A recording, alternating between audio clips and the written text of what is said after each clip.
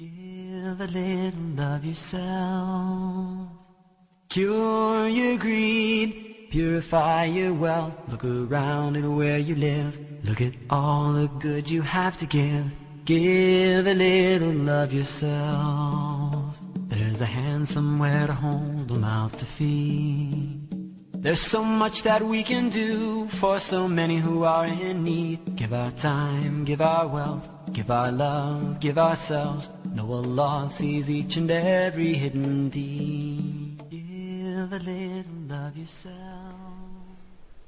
Assalamu alaikum wa rahmatullahi wa barakatuh. Welcome to the Fiqh of Zakah.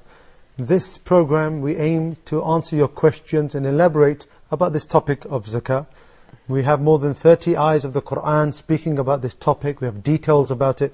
Yet many people don't know the importance of this topic, and that's what we have come today to do. With me to explain and expound upon this, I have Sheikh Mohammad Salah. Assalamu alaikum, Sheikh. Wa alaikum salam wa rahmatullahi wa barakatuh. Thank you, Jamil. Jazakallah khair. Thank you very much for joining us, It's my Sheikh. pleasure. Sheikh, in previous episodes, we've looked into zakah of the wealth, of monetary items, of gold and silver. We've even, I think in the last episode, went into a very difficult topic, of course, which was livestock and cattle. Today, let's start looking at other elements, and one of the most, how would you say, quite interesting elements of zakah especially, is that of minerals and treasure. Something that many people think, well, what has that got to do with zakah? Tell us, Sheikh, what has minerals and treasure got to do with zakah? Bismillahir Rahmanir Rahim. Alhamdulillahi wa kafa wa salamun ala ibadihi alladhina istafa la siyama al-Mustafa sallallahu alayhi wa ala alihi wa sahbihi wa sallama tasliman kathira. Thumma amma ba'd. The scholars have agreed that there is zakah due on the money that somebody may find buried under the ground, which is called rikaz. A rikaz, this is a particular treasure which was buried from time of Jahiliyyah, before Islam. And the scholars said it's easy to recognize it, prints of ancient previous nations and so on. And because if it belonged to Muslims, then this is a luqata, this is lost and found, and you have to declare it so that the person who lost it would claim it. And if it was buried in somebody's house, it would be given to the person who buried it if he's known or his heirs. But the rikaz, it's a treasure that is buried by ancient nations, and somebody dug it out by mistake. So he was lucky, and he dug out a pitcher or a jar full of gold or silver or valuables. So in this case, An-Nabi sallallahu alayhi wa sallam said, وَفِي الرِّكَازِ الْخُمْسِ The zakah due on a rikaz, those kind of treasures, is al-khums, that is 1/5, 20% of what you find. That will be paid as a zakah due on it. With regards to al-ma'adin, or minerals, which we extract from mountains and from underground, such as gold and silver, aluminum, copper, brass, or even oil. The zakah on it is a little different than the case of the rikaz. In the case of rikaz, it was found luckily and by chance, but in case of minerals, we spotted certain areas where we say that it is rich of minerals, so we try to extract them. The zakah on it, the rate is similar to the rate of gold and silver and monetary. It will be rubu' al-ushr, or 2.5%. The difference between the zakah in the conditions of minerals, which we extract from the ground or from the mountains, and the zakah on gold and silver, that there is no hawl.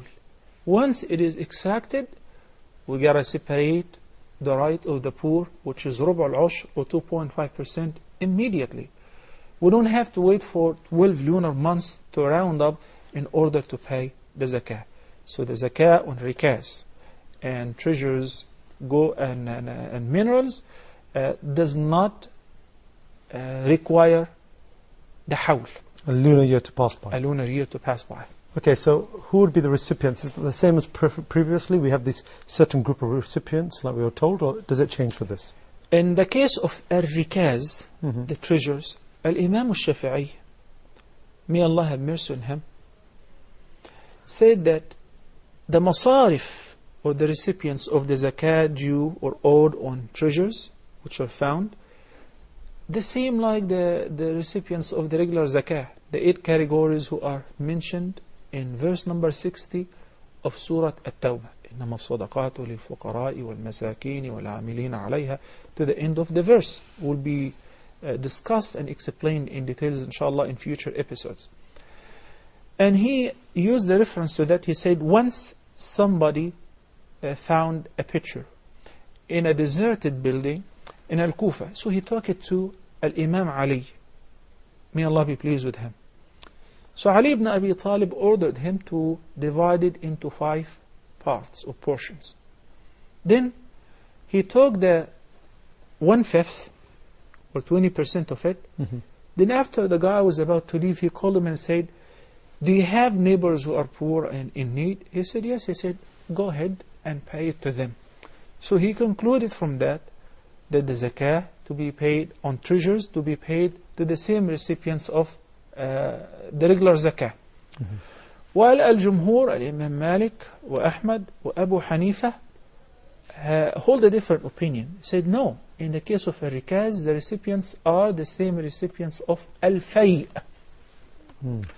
Al-fay' is a very interesting term that we have also to learn about it, which is the war spoils or the war booty. In verse number 7 of Surah Al-Hashr, Allah subhanahu wa ta'ala says, ما أفاء الله على رسوله من أهل القرى فلله وللرسول ولذي القربى واليتامى والمساكين وابن السبيل. So specified the recipients of al-fay' or the war spoils, that to be given 1/5 of it would be given to Allah, meaning the Messenger sallallahu alaihi wasallam would take this share and distribute it as he wishes to the Prophet's family, to the orphans and to the poor and the wayfarer. Okay, so the Prophet sallallahu alaihi wasallam and his family do have a share in this fay', versus in az-zakah it is totally prohibited for the Prophet sallallahu alaihi wasallam or Ali baytihi, his family members, to receive any zakah. So based on this ayah, Al-Jumhur, Malik wa Shafi'i, Malik wa Imam Ahmad and Imam Abu Hanifa said the recipients of the zakah due on treasures are the same recipients of al-fay'. According to the ayah of Surah Al-Hashr, what is the reference? They said once somebody found a treasure outside Al-Madinah limit in a deserted area, so he took it to Al-Madinah, to Umar ibn al-Khattab radiyallahu ta'ala anhu arda. It was 1,000 dinar, golden dinar. So Umar ibn al-Khattab radiyallahu ta'ala anhu arda took the share, which is 20%, and he distributed among some poor. Then he had some leftovers. He would call the man who found the treasure and said, take the remaining part. So they said, when Umar ibn Khattab gave the one who found the treasure, and it's a lot, so he maintained 800 dinar. That's plenty of wealth. So he's not poor. So he's not eligible for the regular zakah. So when Umar ibn Khattab gave him a part, that indicates this is not the same recipients of zakah. And he can be rich and he can be given out of this fay'. Not only that, in the case of zakah, we cannot pay the zakah to non-Muslims. While in the case of the fay', we can pay a part of that to non-Muslims. Also, zakah is not mandatory of non-Muslims, as we said. While if the rikaz or the treasure was dug out by non-Muslim, same rule will apply. So the more right opinion is the opinion of Al-Jumhur, Malik, wa Ahmad, wa Abu Hanifa. May Allah have mercy on all. Jazakallah khair, Sheikh. We have a question which I think is tied to this slightly, and especially quite a modern question. Nowadays, treasure is not dug up anymore. Some people go to faraway lands and they find property which is not in the ground, it's above the ground, but it's got no marks of ownership, it's been there for a long time. Does this classify as treasure, or does it have to be something dug up and something in the ground? That is called al-luqata. And al-luqata in Islam has a very beautiful rule that many Muslims do not know about it, which is if you find something, you do not just claim it, because that found property is lost by somebody else. So if you know him, you have to pay it back to him or her or to them. Allah subhanahu wa ta'ala says, إِنَّ اللَّهَ يَأْمُرُكُمْ أَن تُؤَدُّوا الْأَمَانَاتِ إِلَى أَهْلِهَا. Indeed, Allah commands you to pay back the amanat, the trust, to those whom they really own it. So if you find something which you know the owner, you have to give it back to them. If there is any sign that indicates it belongs to him. What if you don't know them? Then if it is a valuable thing, it has to be declared for an entire year. You go in the same place and you declare it on a regular basis, every day, every day, every day. That indicates that the person, before touching anything that you find on the ground, you would not think it is a good luck, rather it's a responsibility. So if you find your $50 bill while walking down the street, you can't turn around? It's a valuable thing, but $50 you will have to declare it for 3 days, not for an entire year. It varies according to the value of the item which you find. There is a very interesting catch in the two hadith which we mentioned, whether the incident of the man who found the feature of gold or the silver, the darahim in Al-Kufa, then he took the whole thing and went to Ali ibn Abi Talib radiyallahu ta'ala anhu arda. Then in the case of the man who found the treasure or the jar full of 100 gold dinars, then he took it, the whole thing, and he took it to Umar ibn al-Khattab radiyallahu ta'ala anhu. What kind of people were they? I just want you to imagine that if you find such wealth or money, what would you do with it? Right away people would confiscate and say, this is mine. Even if you rent a car, people rent a vehicle, and they find valuable sunglasses, ultraviolet protection, or they find a watch or a wallet, very, very few people would render it back. This money is haram. It is not yours. So those companions would take, or those true Muslims would take the properties to the Khalifa or to the Muslim ruler. Nowadays they're afraid to take it to any person. He may claim it himself, or why? Because of lack of honesty. When Muslims recognize their responsibilities towards Allah subhanahu wa ta'ala, and they live in the awareness of Allah's presence throughout the entire time, round the clock, then things will be completely different. Jazakallah khair, Sheikh. Okay, we're going to take a short break, and inshallah return in a couple of minutes. Please stay with us on the Fiqh of Zakah. Assalamu alaikum wa rahmatullahi wa barakatuh. Give a little of yourself, cure your greed, purify your wealth.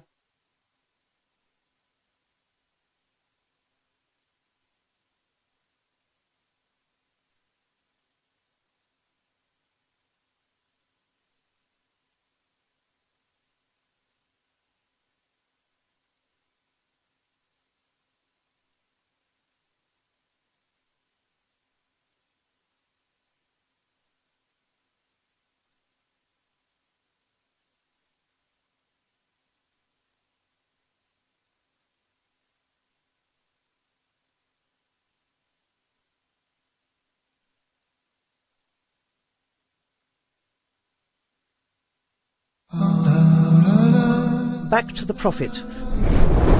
Join Sheikh Amar in the program Back to the Prophet, wherein he teaches us practical lessons from the Prophet's life and how this can help us to overcome our challenges in the present. We talk about the life example of the Prophet Muhammad, peace and blessings be upon him, seeking guidance for ourselves. In the early days after the revelation of the Holy Quran, the Muslims were greatly persecuted, so much so that quite a few Muslims had to leave Arabia and migrate to Africa to live among Ahl Kitab, Christian people who followed the gospel of Christ. Back to the Prophet in Ramadan on Huda TV.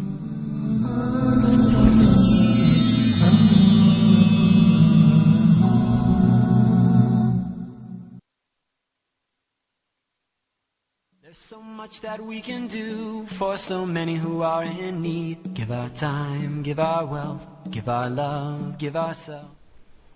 Assalamu alaikum wa rahmatullahi wa barakatuh. Welcome back to the Fiqh of Zakah. Just previously we were speaking about a very important topic, which is treasures and minerals in especially Zakah, how to go about finding it. And Sheikh, you expanded upon some really interesting things. One was that how honorable a Muslim should be, somebody who should be upright and so forth. Another thing that Muslims have to find out, especially when it comes to zakah, is what do they do when they get income that comes in all of a sudden? How honourable they have to be. Because zakah, is, like you said, is something which they want to give and they should feel like giving to the poor. Can I give you an example? Somebody's got a lunar year and it finishes, say, just before Ramadan, and just before this he inherits a big amount of money. What does he do? How does he incorporate this into this zakah? Sure. While we were gone for a break, I just remember a sound hadith in which Prophet Muhammad ﷺ was describing how honest should be people. When he said that somebody purchased a house from somebody from the nations before us, and he found a treasure, a jar full of gold in it. So he took it to the previous landlord, the one who sold him the house, and said, well, I found this money in the property, it's yours. He said, well, you bought it from me, I sold it to you, then it belongs to you. He said, I cannot take it because it was buried in it and it is yours. Just imagine, they were arguing that everybody wanted to give it to the other. Look at the honesty. Because they believe that there will be a day of resurrection, reckoning, and everybody will be held accountable for every penny that we earn. How did we earn it? And how and where did we spend it? So anyway, they kept arguing and disputing, and they decided to seek the judgment of a righteous man. They visited with him and said, this is the case. He said, do you have children? He said, yes. And do you have children? He said, yes. One of them had a son and the other had a daughter. He said, well, marry the son to the daughter and spend on their marriage from this treasure. And by that he diffused the problem. That shows us how important it is for a person to be honest and to make sure that you would not take anything, claim anything that is not yours. Even if it is something that you find in the street, you have to announce it. And if it is a valuable thing, you have to announce it for an entire year, so that the person who lost his property may go back in the same road or street and look for it, so he will claim his lost property. Now if somebody owed a zakah on his wealth, and let's say that he pays his zakah every year in the beginning of the month of Sha'ban or the beginning of the month of Ramadan, and he had some income that came to him or earning right before paying the owed zakah. Obviously, there is one case where if he did not own the nisab, then once an earning would come to him, and this earning is equivalent to the nisab or exceeds it. In this case, we will start counting a new hawl from the moment that he earned that nisab. Whether he inherited or got it as a gift, or he profited from a business that he was running or investing in it. But if he has already the nisab and he owed the zakah, he was about to pay it in a few days or next month or so, we will have to look at this earning and see. It is one of three categories. The first one, or the first case, is if this profit or money was a growth of his possession, his investment. He owned so much shares in the stock market, and just a few days before he pays the zakah, the market went up. So now his money was doubled. In this case, because this profit was a natural growth of his already owned nisab, then this entire money will be zakatable, and he owes zakah on the entire thing once the zakah is owed and due. Even though he earned it just yesterday, and the zakah is due tomorrow, as long as it is within the hawl. Why? Because we said in the past, if somebody owned the nisab and possessed it, then in the middle it fluctuated, it dipped down or below the nisab. So we said, according to the more right opinion, that we start over whenever he possesses. We don't say in between, if it goes up and down, that we consider the beginning. No, we consider once you maintain the nisab from point A to point B, the end of the hawl, the end of the 12 lunar months. So this is the first case. If the growth of, or the profit is a natural growth of what he already possessed, min jinsihi, of the same category. It can be, according to the second case, it can be of the same category cash and cash, gold and gold, but or cattle and cattle, but not as a result of what I already possess. For instance, I have the nisab and I'm supposed to pay the zakah, then I received an inheritance. This inheritance is cash and I already have cash, or cattle and I already have livestock which is zakatable. But this is an independent wealth. It is of the same category, the same type of what I have, but it was not as a result of what I have. It wasn't a growth of an investment. It was not a growth of my position. So in this case, what you do is you start a new hawl for this new earning. Okay? As long as you already own the nisab, you start a new hawl, and whenever the particular earning that I have earned completes a hawl by itself, that will be a different year than the regular year which I pay my regular zakah. So if somebody earns his salary, that's not a growth of my my investment. No, it's not. So this is money I get, but it's a result of my hard work, of my job. So in this case, you have two choices. The first one is either to put a timetable and say I earned this salary on the month, so next year around the same month I would pay zakah on it, and each month likewise. But this is very confusing and troubling, and not everybody can do that. And that's why I would say, since it is permissible and okay for a person to pay his zakah in advance, I say, once you earn this money and it is from the same category of what you already own as a nisab, then it is better to pay the zakah on it all together whenever the hawl is due. You don't have to, but this is better in order to take you out of the confusion of specifying a hawl for each earning. This is an inheritance, and this is a gift, and this is a salary. You're gonna have too many commitments to pay on specific times. The third, an earning that is not from the same category, such as I'm a businessman. All of a sudden, somebody give me 40 sheep. 40 sheep. That is the nisab for the sheep.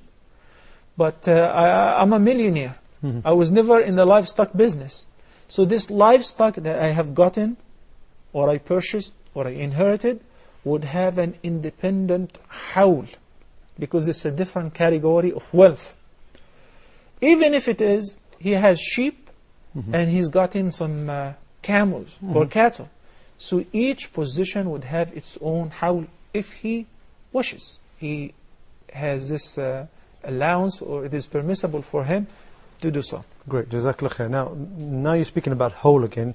I'm going to ask you a question which is very close to what we're discussing, Sheikh, is what happens if somebody's coming to the end of their lunar year? Like, for example, let's look at somebody who has crops, for example.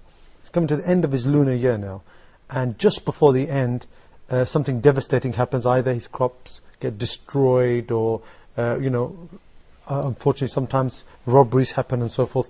What does he do then? Now he's come to the end of his lunar year. What does he do? Sheikh? This is a very important question. In order to answer this question, we have to first answer a question before that, which is whether zakah is a responsibility of the owner, or it is due on the holdings themselves. The holdings, whether it's the cash, or the cattle, the livestock, or the crops. Ibn Hazm, and this is also the famous opinion of Imam Ahmad, believes that the zakah is a responsibility of the owner of the nisab. So he says, if he owed a zakah and his entire wealth, crops for instance, were ruined, once the hawl once the crops were collected and he owed a zakah, then he must pay the zakah due on. But he lost the whole crops. According to their belief, the effective cause, that it is due on the person, the responsibility of the owner, not the holdings. Imam Abu Hanifa, may Allah have mercy on him, and others believe that it is due on the holdings. So he says if the person was not the reason, nor was he negligent, or did not cause his belonging or his possessions to be destroyed or ruined, it is not his fault, then he's not blameworthy. He doesn't owe any zakah, even though it was due, because the entire holding were destroyed. Okay, that's why Ibn Qudam al-Maqdisi, may Allah have mercy on him, said, the purpose of zakah is to entertain and assist the poor.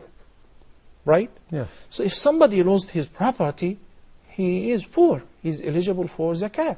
We cannot just overburden him by asking him that you have to pay zakah while you already do not have any possession. And I do not believe somebody would intend to destroy his wealth or his properties because there is zakah owed on it. In order to waive the zakah or not pay it, he would just ruin his entire wealth. That doesn't happen. This is a different case than if the person separated the zakah fund and he was going to pay it to the poor and he was robbed. In this case, he has to repay it, because now this is an amana. He separated the zakah fund, whether it's cattle and the sheep died, or a camel bint labun or bint makhad and it died. You have to bring another one. It is your responsibility to give it in the hand of those who are eligible for it or entitled for it. Before that, if it dies, if it's ruined or robbed, it is your responsibility to make it up. Jazakallah Sheikh Mohammed for all your beautiful advice today. As you can see, another episode of the Fiqh of Zakah, very informative episode. Until next time, I leave you with Assalamu alaikum wa rahmatullahi wa barakatuh. Give a little of yourself, cure your greed, purify your wealth. Look around at where you live, look at all the good you have to give. Give a little of yourself. There's a hand somewhere to hold, a mouth to feed. There's so much that we can do for so many who are in need. Give our time, give our wealth, give our love, give ourselves. Know Allah sees each and every hidden deed.